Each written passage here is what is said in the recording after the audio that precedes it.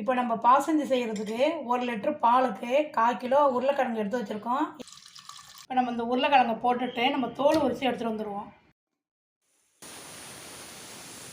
இப்போ நம்ம வேக வச்சு எடுத்துகிட்டு வந்துட்டோம். இதை நல்லா கொஞ்சம் தண்ணி ஊற்றி மசித்து இதை எடுத்துகிட்டு வந்துடுவோம். இப்போ நம்ம பாசஞ்சி செய்கிறதுக்கு ஒரு அடிகனமான பாத்திரத்தை எடுத்துருக்கோம். நம்ம திக்கான பால் 1 லிட்டர் எடுத்துருக்கோம். இது க்ரீமியாக இருக்கும். இப்போ நம்ம 1 லிட்டர் பால் சேர்த்துருக்கோம். இதை நல்லா கிண்டி ஒரு 1/2 லிட்டரு ஆகிற வரைக்கும் நீங்கள் கிண்டி விட்டுக்கிட்டே இருங்க. அடுப்பை வந்து இப்போ நம்ம ஃபுல்லில் வச்சு காய்ச்சிக்கிட்டு இருக்கோம். இது கொதி வந்தோடனே சிம்மில் வச்சு காய்ச்சிங்க. இப்போ நம்ம வந்து கொதி வந்துடுச்சு. இப்போ வந்து நுரையா இருக்கிறதெல்லாம் நல்லா தள்ளி தள்ளி விட்டிங்கன்னா இது கொஞ்சம் நல்லா வாசனையாக நல்லாயிருக்கும். இது மாதிரி செஞ்சுங்க. இதை இப்போ நம்ம சிம்மில் வச்சுட்டு இந்த அரைச்ச உருளைக்கிழங்கை நம்ம இதில் சேர்த்துருவோம்.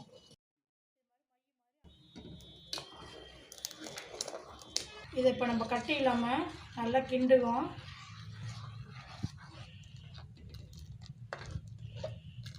ஓரங்களில் இருக்கிற இதெல்லாம் வந்து எடுத்து விட்டிங்கன்னா ஆடை சேர்ந்து போயிடும். அது ஒரு டேஸ்டியாக நல்லாயிருக்கும். இப்போ நம்ம 2 சேர்ந்து கொதிக்க ஆரம்பிச்சிருச்சு. இப்போ 1/2 கப்பு சீனி இதில் சேர்த்துக்குவோம்.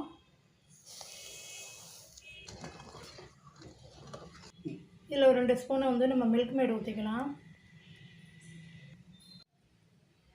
இப்போ நம்ம 2 ஏலக்காயை தட்டி வச்சுருக்கோம்.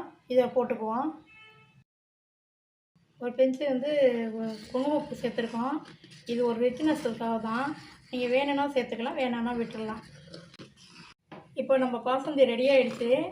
நம்ம ஒரு பவுலுக்கு வந்து ட்ரான்ஸ்ஃபர் பண்ணிடலாம். இப்போ நம்ம வெட்டி வச்ச பாதாமும் முந்திரியும் நம்ம இதில் சேர்த்துக்கலாம். மேலே கார்னிஷுக்காக நம்ம குங்குமப்பூ போட்டுக்குவோம்.